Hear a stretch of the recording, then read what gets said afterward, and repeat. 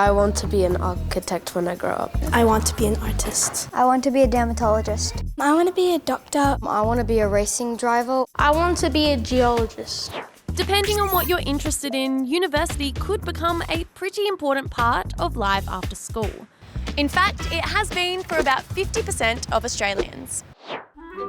The idea of a place where adults can keep learning has been around for hundreds of years. The first true university opened way back in 1088. It was the University of Bologna in Italy. And it's still going today, and so are Oxford and Cambridge in England, which opened not too long after that. Fast forward to the 19th century, and places of higher education were appearing in Australia. The first were technical colleges where people could learn trades. The Sydney Technical College opened in 1835 and would later become known as TAFE. In 1850, the University of Sydney opened its doors. At the time, you could only study science, maths, politics, French or German, so not quite as much choice as we have today. By the time the First World War broke out, every state had its own uni, and women were becoming a common sight on campus. After World War II, there was a big university boom around Australia as the economy grew and more industries called for people with training.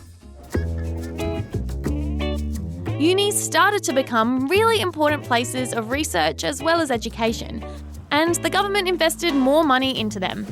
For a time in Australia, university was actually free, which encouraged a lot of people to join. Now Australia has 41 universities, and more than 1.4 million people go to them.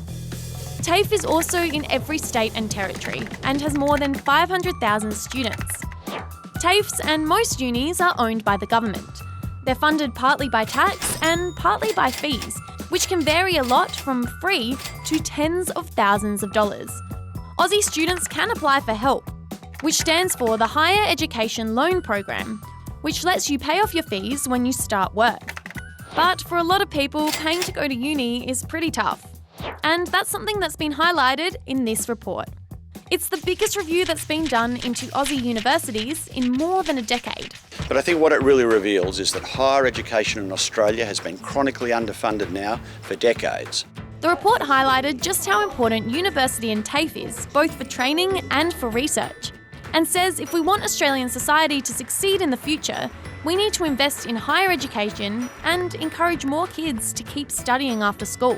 In the decades ahead, we need 80% of our workforce, not just to have finished school, but to have gone to uni or to TAFE. To do that, the report says there needs to be more financial support for people who have to move to the city for uni, and more funding so courses are cheaper and students end up with less debt. We've got to smash down an invisible barrier that stops a lot of kids from poor families and our outer suburbs and the regions from getting a crack at university in the first place.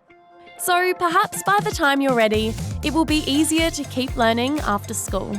If there's more university people, there's more people to help out with things that need to have university training, such as doctors, law.